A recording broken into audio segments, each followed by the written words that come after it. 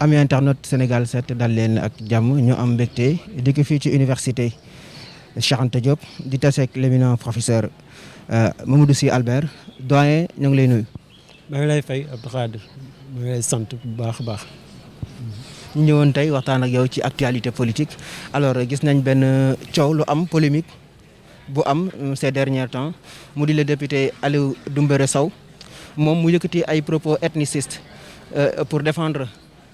la troisième candidature du président Macky Sall ban jàngat nga ci gis en tant que analyste. bon bett nañu quand même man ci ñu bett laa bokk parce que député la responsable politique la ku jege président de la République la ku am expérience la aussi militant politique la depuis PDS bon donc kooku bu génnee kàddu ju ñagas noonu day bett ñëpp. bon du militant de base du responsable nag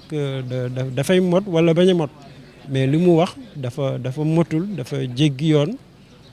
suñu constitution moom assemblée nationale la nekk war na xam ne que constitution Sénégal dafa dax loolu wax bu jëme noonu suñu constitution daf ko dax même parti politique sax boo koy créé ci Sénégal depuis bi ñuy sos suñu constitution 63 ba tey ji parti politique mënoo ko sos ci ethnie wala ci religion wala yu demee ne ay territoire donc depuis lors ba tey ji suñu culture la suñu expérience kooku député bu ko jéggi na yoon malheureusement nag bon loolu du tey rek lañ ko dégg depuis en tout cas 2000 ba léegi boo xoolee affaire ethnicité dafay gën a yokk dafay gën a law depuis de même élection présidentielle bu 2019 nii coow boobu jógoon na fi bon donc xalaat boobu mu ngi law mais lu ci gën a doy waar mooy que responsable politique di woote lu mel ni élection bu ñu dëmmal 2024 wax jooju dañu war a tiit parce que troisième mandat bi nit ñi ànduñu ci am na ñi nga xam ne ànduñu ci. jar na leen dee pour Macky Sall bañ a am troisième mandat donc wax jooju dafay gën a yokk tension politique bi defe naa daal président de la République ci boppam même assemblée nationale dafa war a jóg jéem a xool wax jooju comme ni ma la ko waxee yàgg na fii depuis 2000 ba tey ji muy gën a law suñu artuwul suñu jugul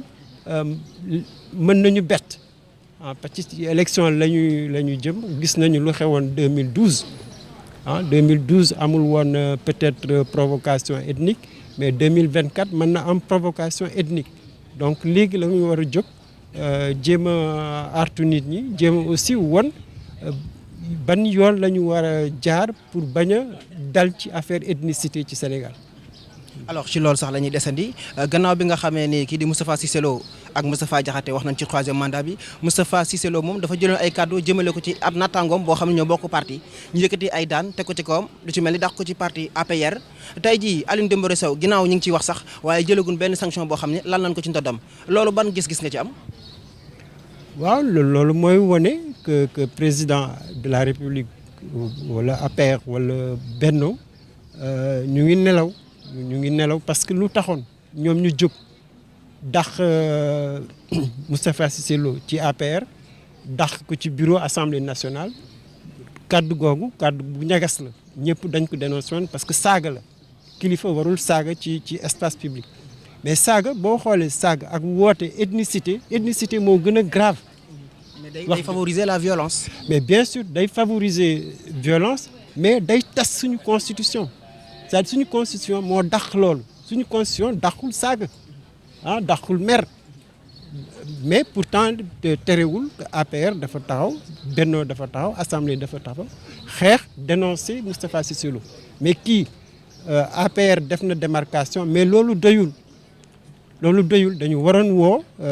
député boobu ci assemblée nationale déglu ko bu dee dañ ko nar a sanctionné ñu sanctionné ko. mën na am blâme mën na am avertissement mën na am subvention mais mën na am ay sanctions disciplinaires ci assemblée mais surtout ci APR ak Benno ñooñ dañu waroon jël décision politique mooy que lii ànduñu ci tey ànduñu ci ëllëg ku ko defati dañ lay génn suñu parti wala suñu coalition donc defe naa daal nguur gi mu ngi fooye ak safara ethnicité dafa grave gis nañu lu mu indi ci Afrique Sénégal dañu nelaw dañu yaakaar lu dal ñeneen ñi mën nañu dal surtout lu demee ne ci élection présidentielle tension la bu amee xëccoo ñii di wax ñi dañu bokk ak président bi xeet ñeneen ñi ne bokkuñu ak moom mais loolu musiba boobu bu ñu dalee warul bett kenn dañu war a jóg actuellement vraiment discuter sérieusement affaire ethnicité parce que ni ma la ko waxee 2000 ba tey ji affaire bi mu ngi law ndànk mu ngi woon ci parti politique yi tey ji mu ngi ci assemblée mais ëllëg kenn xamul est-ce que du dem présidence donc day gën a law ci biir société aussi day law bon surtout lu ñu war a bàyyi xel mooy que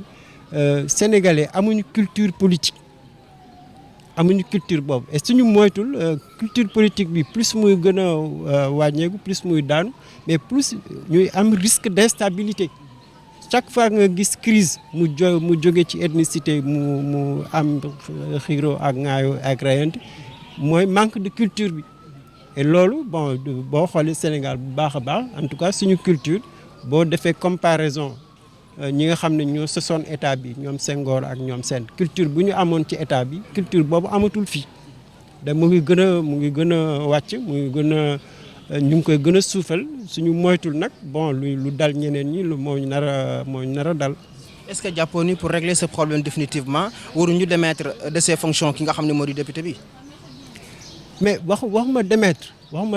non c'est-à-dire que gis nga defal comparaison rek Cissé Lo dafay saaga ñoom ñëpp dañuy saaga culture saaga Moustapha Niasse taxaw na fii en 2000 ou en 2019 mais Moustapha Niasse personnalité politique la jël na xeer def na manifestation mais donc mer ci politique la bokk saaga ci politique la bokk mais wante li nga xam ne lii bokkul mooy constitution bi nga jël ko teg ko fële c'est loolu c'est dangereux même Macky Sall warul nangu ñu koy wax moom tukulóor la parce que fi mu teg fonction bi mu occupé tey bi du fonction tukulóor moo ko tax mu nekk président de la République keneen aussi bu ñëwee fii mu nekk wolof c'est pas parce que il est wolof suñu xoolee Macky Sall quand même dernière élection bi am na 58% c'est tukulóor yi mootuñu 58% quand même donc il faut pas ñu fooye li nga xam ne daal mën nañu alku ñun ñëpp muy suñu constitution il faut ñu xeex léegi maintenant député bu ne man d'accorduma ci suñu constitution d'accorduma ak seen loi électorale mais kooku dañ ko war a dàq ci parti politique warul dem assemblée nationale ki nga xam ne d'accordul ak suñu constitution mais kan moo sañ a tey ji créer parti ne man mouride la mais personne soo ko defoon dañ lay interdire yoon daf lay dal donc suñu constitution aussi dafa ne élection présidentielle amul affaire u diine amul affaire u xeet ku ko woote dañ la waroo sax bokk ci jeu politique bi donc pour moi il faut que président de la République ak APR ak Benno nañu bàyyi xel ci fu ñu jëm lii mën na jur leneen mais mu ngi law il faut ñu am conscience ne que risque bu rëy la nañu woo député bi mais wax ak moom su jaree ñu blâmer ko su jaree ñu dàq ko même ci biir Assemblée nationale mais jar na ko pour protéger la Constitution mais pour protéger aussi la paix sociale def naa daal en tout cas war nañu jël décision pour wane ne que ànduñu ak moom ak keneen aussi ku mën ti jóg suba pour woote yu dem noonu dañ lay dàq wala doo am droit nekk député doo am droit nekk ministre amoo benn droit pour occuper une fonction publique donc defe naa daal décision boobu bon ñu ngi xaar est-ce que Macky Sall dina jël responsabilité am moom moo war a jël responsabilité am pour man c'est du APR du Assemblée nationale mais président de la République moom mooy tax wax ji am moom moo war a jël kaddu wax ak Sénégal yi wax ak askan bi pour nekk kii li mu wax man ànduma ci tey ànduma ci ëllëg loolu rek moo ñu mën a sauver du leneen du leneen président dafa war a jël responsabilité am artu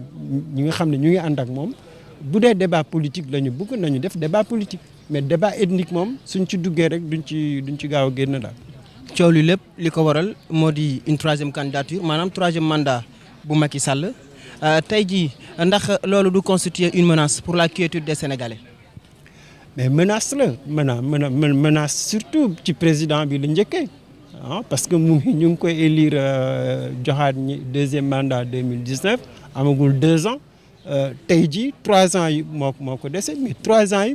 su moytul du àggali comme ni mu ko waroon àggale tension bi mu ngi ci APR mu ngi ci Benno mu ngi ci société bi donc loolu day déséquilibre mandat présidentiel bi sax dafay nekk dans une zone d'instabilité. Bon mais menace bu gën a grave nag mooy fi ñu jëm c'est-à-dire 2024 suñu moytul daal bés dina ñëw président dina teg candidature mais mën na am risque parce que lu xew Guinée actuellement lu xew Côte d'Ivoire jëmbul mu am Sénégal parce que Sénégal quand même lu ñu mënte wax on a vécu une expérience 2012 avec Ablaye Wade. Bon, heureusement que génn nañ ci mais pour répéter la même expérience je pense que responsable politique yi quand même dañu war a sóoraale les risques d'instabilité risque bu mag la pour que élection bi bañ a jaar yoon jural ñu leneen lu xew ci yeneen réew yi mën na xew ci Sénégal vraiment nañu bàyyi suñu xel ci li nga xam ne mu ngi am Afrique mën na am Sénégal lu ñu mën a sauver mooy ñu teel a jóg bi nag man ci suma yaakaar président aussi foofu la gën a am responsabilité c'est-à-dire que président de la République moo war a jël responsabilité yam responsable historique pour ne man damay candidat wala duma candidat moom code moo am responsabilité ne nit ñi tey jii man damay def ñaari mandat ma dem suma yoon wala damay def ñaari mandat damay laaja 3e mandat au moins mu am responsabilité wax dëgg ci askan bi mu bañ a bett kenn aussi bañ ko bett. cheetetetet mais yow sawaay yow fu ñu la fekk yaa ngi ci kanamu ordinateur bi wala sa kanamu tablette ba sa téléphone portable lu xew mais damay lire ay information waaw xoolal boo bëggee am ay information yu leer nañ et en temps réel duggal ci www.senegal7.com ay information yu wóor man de maa ngi application Sénégal 7 lépp lu xew dama koy jot ci sama téléphone ci tàng bi te nag application Sénégal 7 am ko yomb na da ngay dugg ci Play Store wala Apple Store nga télécharger ko rek xam li xew ci réew mi ak la xew ci bitim réew te nag dara du la ci umpu. Vous voulez des informations en temps réel? Cliquez sur www.senegal7.com. Sénégal 7, le roi de l'information en temps réel.